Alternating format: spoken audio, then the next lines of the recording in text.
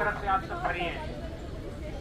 पे ये सब मिली जुली साजिश करके हमें बोल रहे हैं आप फ्री हैं, अपने अपने घर जा सकते हैं। तो अभी ये जानबूझ के सिर्फ वीडियोग्राफी करने के लिए ये हरकतें करते हैं कि आप सब लोग फ्री हैं। हमें एफआईआर की कॉपी दीजिए, हम जाएं।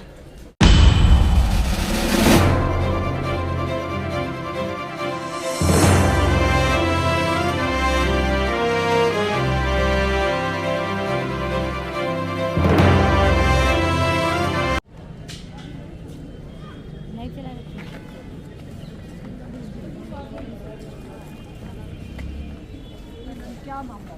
साहब तो आ जाए, पहले वकील साहब से पूछे क्या मामला, क्या मामला था? ये मामला आज 163 दिन हो चुके हैं। मैम और ये सब अपने अपने घर जा सकते हैं। बताएं सर, ऐसे एफआईआर की अभी मामला आप सब लोग फ्री हैं, अपने एफआईआर की कॉपी दे दीजिए, हम अपने घर जाएं। ये देख लो, तरफ से आप सब फ्री हैं। स्टेशन पे ये सब मिली जुली साजिश करके हमें बोल रहे हैं आप फ्री हैं, अपने अपने घर जा सकते हैं। तो अभी ये जानबूझ के सिर्फ वीडियोग्राफी करने के लिए ये हरकतें करते हैं कि आप सब लोग फ्री हैं, आप जा सकते हैं। हमें एफआईआर की कॉपी दीजिए, हम जाएं तुरंत। तो ये 163 दिन से, हाँ जी, 163 दिन से डॉक्टर रितु ये एक संघर्ष कर रही हैं कि इस देश में SC ST OBC और माइनॉरिटीज़ की जो दिल्ली यूनिवर्सिटी में हज़ारों सीटें टीचर्स की जो RSS और BJP के लोगों ने चुरा ली हैं वो लगाई जाए फर्जीवाड़ा करके, फर्जी डॉक्यूमेंट्स के जरिए। तो रितु सिंह उसकी लड़ाई लड़ रही है कि पूरे देश में लाखों लाखों नौकरियां जो SC ST OBCs की बैकलॉग की नौकरियां यूनिवर्सिटीज़ में वो वापस उनको मिल जाए। रितु सिंह इस बात की लड़ाई कर रही है कि एक अपने केस में उन्होंने एक प्रिंसिपल को, एक वाइस चांसलर को, एक प्रॉक्टर को, एक रजिस्ट्रार को और एक डीन ऑफ जो स्टूडेंट्स हैं उनको रंगे हाथों पकड़ लिया, फर्जी डॉक्यूमेंट्स बना के उनको नौकरी से निकाल दिया। अच्छा, जिसकी एक नहीं दो चार्जशीट, दो चार्जशीट दिल्ली पुलिस जो अमित शाह साहब की पुलिस है, जिस पे वो पूरा दबाव रखते हैं, जिससे गलत सलत सब काम करा रहे हैं, जैसे ED CBI दूसरी एजेंसी से करा रहे हैं, उसने दो चार्जशीट फाइल करके ये कहा कि हाँ इन प्रिंसिपल ने, इन रजिस्ट्रार साहब ने, इन बाकी लोगों ने मिलके फर्जीवाड़ा करके झूठे 35 बच्चे पैदा किए और उनके नकली साइन करके डॉक्टर रितु को नौकरी से निकाला और ये कहा कि इनको पढ़ाना नहीं आता इन 35 बच्चों। ये लड़ाई लड़के उसके बाद अगर डॉक्टर रितु दो चार्जशीट अमित शाही पुलिस द्वारा फाइल होने के बाद अगर ये कहती है कि इस प्रिंसिपल को अरेस्ट होना चाहिए तो क्या गलत कहती है? नहीं। ये आप देख रहे हैं ना, सैकड़ों करोड़ रुपए दिल्ली पुलिस अमित शाह साहब के कहने पर खर्च कर चुकी है। क्यों? क्योंकि उस वाइस चांसलर को, उस प्रिंसिपल को अरेस्ट नहीं करना। सर आज बात क्या, अब आगे चलते हैं। ये देखिए, अब यहाँ करोड़ों रुपए खर्च कर दिए पूरे देश में हर यूनिवर्सिटीज में आंदोलन चल रहा है, लेकिन उस एक प्रिंसिपल को अरेस्ट नहीं करेंगे अमित शाह साहब। और किसी की तो इतनी हैसियत और हिम्मत नहीं है ना कि वो ऐसा काम करा सके।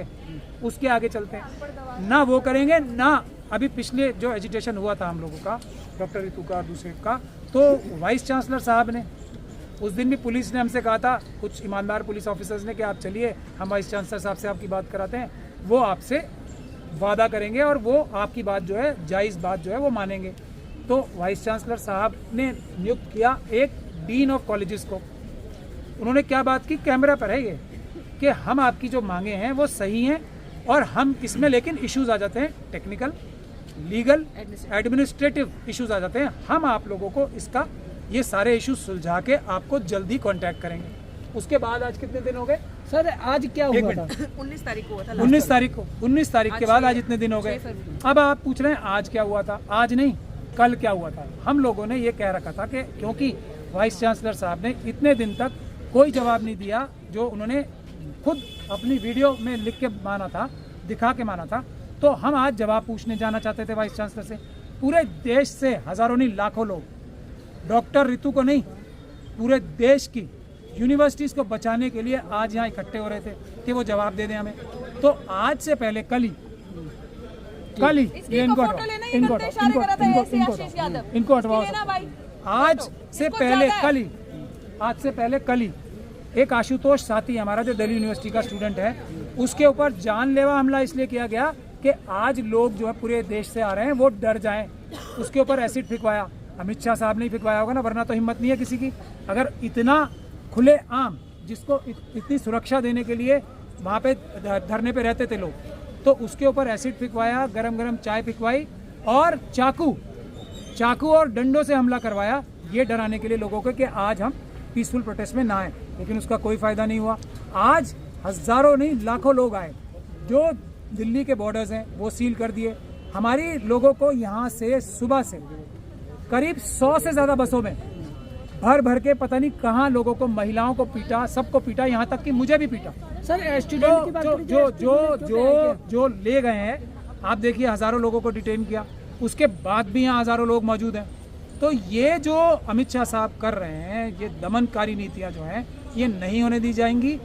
डॉक्टर रितु को अपने लिए न्याय नहीं, देश की हर यूनिवर्सिटीज़ के लिए हर एक छात्र और हर एक टीचर के लिए न्याय चाहिए। अभी सर थाने में अधिकारी से बात होता है, उन्होंने आपने एफआईआर की बात करी, क्या एफआईआर दर्ज हो गई है? वो आशुतोष की एफआईआर, जिसके ऊपर 307 का मुकदमा दर्ज होना था, जिसके सर पे चोट है, उसके ऊपर एसिड और पता नहीं क्या क्या केमिकल फेंके, किसने? रजिस्ट्रार साहब के आदमियों ने, वाइस चांसलर साहब के आदमियों ने। वो कौन थे? वो आरएसएस के, बीजेपी के, बजरंग दल के, विश्व हिंदू परिषद के लोग थे। वहाँ जहाँ धारा 144 की बात 44 की बात कर रही है पुलिस, जहाँ प्रोटेस्ट का साइट है उससे 10 कदम दूर रोज आरएसएस की शाखा लगती है, जहां संविधान के विरुद्ध, संविधान को खत्म करके हिंदू राष्ट्र बनाने की बात, ये अमित शाह साहब की पुलिस उनको नहीं रोकती। उन्हीं के गुंडों ने कल इस आशुतोष के ऊपर ऐसा हमला किया कि जानलेवा हमला किया, उनके लिए कुछ नहीं और आज तक एफआईआर नहीं की। तो ये जो हो रहा है ना, अमित शाह साहब, आरएसएस और बीजेपी कर रही है, ये देश के जो अम्बेडकरवादी, संविधानवादी, इंसाफ और बराबरी के लिए संघर्ष करने वाले, चाहने वाले लोग जो काम कर रहे हैं ना, उनको ये गुंडागर्दी से नहीं दबा सकते। भले ही हमें मार लें, गोली मार लें, कुछ भी कर लें, ये नहीं होने वाला। बाबा साहब डॉक्टर भीमराव अंबेडकर के संविधान से ही देश चलेगा। और ये लोग ये सोच रहे हैं ना कि डॉक्टर रितु की आवाज़ दबा लेंगे, नहीं सुनेंगे, कुछ भी कर लें, हम चुनाव तो ईवीएम से जीतेंगे। तो ये ध्यान रखें, ईवीएम से चुनाव नहीं जीतने दिया जाएगा, पेपर बैलेट से चुनाव होंगे, इसलिए न्याय होगा संविधान वाला। ईवीएम से चुनाव नहीं कराने देंगे। सर मांग क्या है आप लोगों का? मेन मांग क्या है? किस वजह से मांग है बताया तो आपको अभी। एक तो प्रिंसिपल जो है उसको पुरस्कृत ना किया जाए। एक कमेटी और बनी है। किस तरह की कमेटी? वो कमेटी इसलिए है कि जो टीचर्स रखे हैं, अभी अभी आरएसएस और बीजेपी के लोगों ने पैसे लेके अपने महिलाओं का शोषण करके, उसके भी सारे सबूत हमारे पास हैं। उन लोगों को पढ़ाना नहीं आता तो वो पढ़ाने नहीं जा रहे। तो स्टूडेंट्स बहुत कंप्लेंट्स कर रहे हैं कि ये लोग टीचर जो रखे गए हैं अभी आरएसएस और बीजेपी द्वारा, वो तो पढ़ाने नहीं आते। अब वो पढ़ाएंगे तो जब उन्हें आता होगा। तो उसमें भी उसी क्रिमिनल दौलत राम कॉलेज की प्रिंसिपल को उस कमेटी का इंचार्ज बनाया है, जो ये देखेगा कि स्टूडेंट्स को पढ़ाने जो टीचर्स नहीं आ रहे वो किस वजह से नहीं आ रहे। तो उसको अरेस्ट नहीं करेंगे। वाइस चांसलर साहब ने ऋतु के ऊपर और इन बच्चों के ऊपर दर्जनों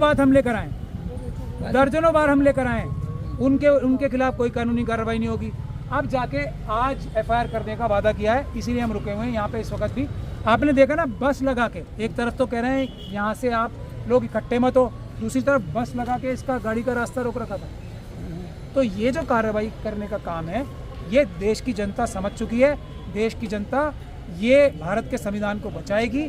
किसी भी, आज जो पुलिस वाले मुझे मार रहे थे वो रो रहे थे, ये कह रहे थे कि सर इतनी हम जो आपको मार रहे हैं, हम देश को बचाने के लिए चाइना बॉर्डर पे जाना चाहते हैं, हम बीएसएफ में अपनी डेपुटेशन चाहते हैं, और लेकिन आपको मारने को मजबूर है क्योंकि हमारे ऊपर से आदेश दिए गए। तो ये हालात चल रहे हैं यहाँ पे। ये आपके माध्यम से पूरे देश में बताना ज़रूरी है कि हर एक यूनिवर्सिटी में, हर एक डीएम के बाहर ईवीएम का एक ऐसा मुद्दा है। अगर हम ईवीएम को रोक लेंगे तो ये जो गुंडागर्दी, ज्यादती हो रही है पुलिस को मिसयूज़ करके, ये सब बंद हो जाएगी। क्योंकि ईवीएम से ये सरकार जीतती है, इसलिए इनको कोई कानून का पालन करने की ज़रूरत नहीं है। किसी का एक व्यक्ति का भी एक वोट भी इन्हें नहीं चाहिए। ये इस देश का सबसे बड़ा दुर्भाग्य है, ईवीएम को हटाना और बैलेट पेपर से चुनाव कराना। इसलिए हमारे एक एक नागरिक की जिम्मेदारी है। तब किसी डॉक्टर रितु को सड़क पे ऐसे डंडे, लाठियाँ, बेइज्जतियाँ उन लोगों से जो कि पुलिस की वर्दी में नहीं सहना पड़ेगा। किसी आशुतोष को ऐसे एसिड अटैक नहीं झेलने पड़ेंगे, किसी को रोहित वेमुला नहीं बनना पड़ेगा, किसी महिला को अपना शारीरिक शोषण कराने पे मजबूर नहीं होना पड़ेगा नौकरियां प्राप्त करने के लिए, किसी पुलिस के ऑफिसर को रोते रोते हम लोगों को डंडे नहीं मारने पड़ेंगे। ठीक है सर, क्या हम ये जान सकते हैं कि आपका विरोध सिर्फ ईवीएम के लिए है? ईवीएम इन सब समस्याओं का हल, एक समाधान।